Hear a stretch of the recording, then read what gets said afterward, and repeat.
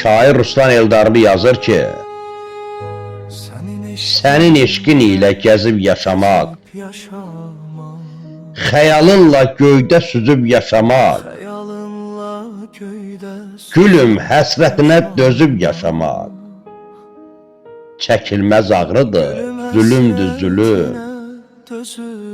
səni itirməkdən qorxuram gülüm. Çəkilməz ağrıdır, zülümdür zülüm, səni itirməkdən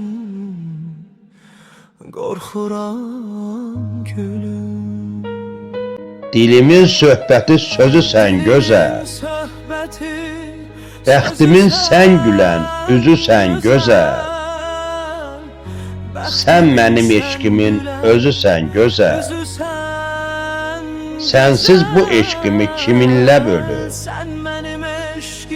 səni itirməkdən qorxuram gülüm. Ən gözəl sənsiz bu eşqimi kiminlə bölür,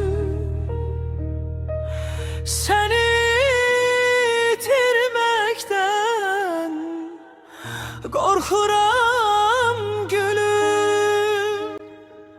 Həsrətin, hicranın qəlbi dondurur, Həsrətin hicran ürək də ayrılıq şamın yandırır,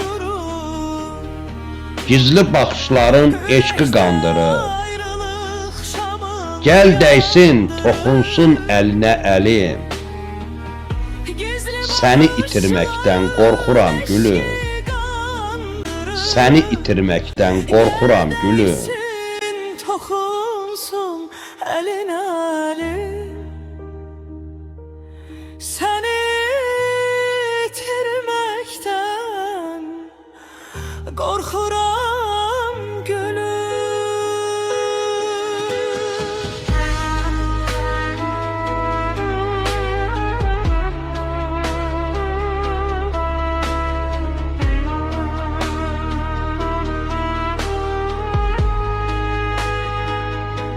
Ruslan içir eşqdən meysəni gəzir,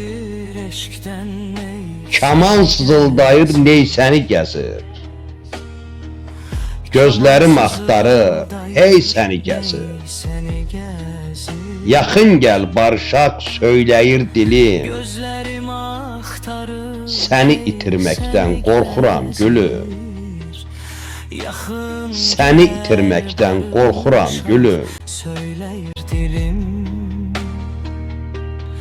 səni itirməkdən